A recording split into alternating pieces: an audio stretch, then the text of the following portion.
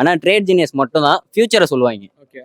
Future எல்லாரையும் சொல்ல முடியாதுல்ல. தெரிஞ்சா மட்டும் கண்டிப்பா. தான் சொல்ல முடியும், கத்துக்கிட்டா மட்டும் தான் சொல்ல முடியும். ப்ராப்பரா அதுல ஒரு ஐடியா இருந்தா மட்டும் தான் சொல்ல முடியும். எக்ஸ்பீரியன்ஸ் மெயினா இருக்கணும். அப்பதான் கரெக்டா சொல்ல முடியும். ரெஸ்பான்சிபிலிட்டியை பொறுத்து தான் ப்ரோ. உங்களுக்கு ரெஸ்பான்சிபிள் கம்மியா இருந்தீங்கன்னா பதட்டம் கம்மியா இருக்கும், சீக்கிரமா கத்துக்கலாம். கான்செப்ட் கத்துப்பீங்க, இம்ப்ளிமெண்ட்டும் பண்ணுவீங்க. ஓகே. ஆனா கைக்கு வருமான்னு கேட்டா வராது. ஏன்னா எப்படி சொல்றதுன்னா, இப்போ ஒரு சாட் ஒரு இடத்துக்கு போகுதுன்னா, அந்த இடத்துக்கு போயிடும். கண்டிப்பா போகும் நீங்க மார்க் பண்ண மாரி. ஆனா நீங்க எதிர்பார்த்த விஷயத்த அது குடுக்காது. சீரியஸா ப்ரோ ரொம்பவும் ஹெல்ப் பண்ணுவேன். நான் இதுவரைக்கும் ப்ரோ நான் தான் சொல்றேன்ல.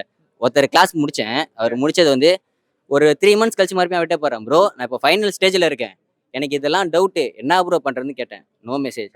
மறுபடியும் ஒரு 2 டேஸ் கழிச்சு கேட்டேன். தள்ளி 1 தள்ளி வீக் போயிருங்க. 1 வீக் கழிச்சு கேட்டேன். அப்புறம் ஃபுல்லா அவரு ரெஸ்பான்ஸே இல்ல. அதுக்கப்புறமா அவர் இன்ஸ்டாவ ஃபாலோ பண்ணி அவரு ப்ராஃபிட் பண்ணுவார்ல.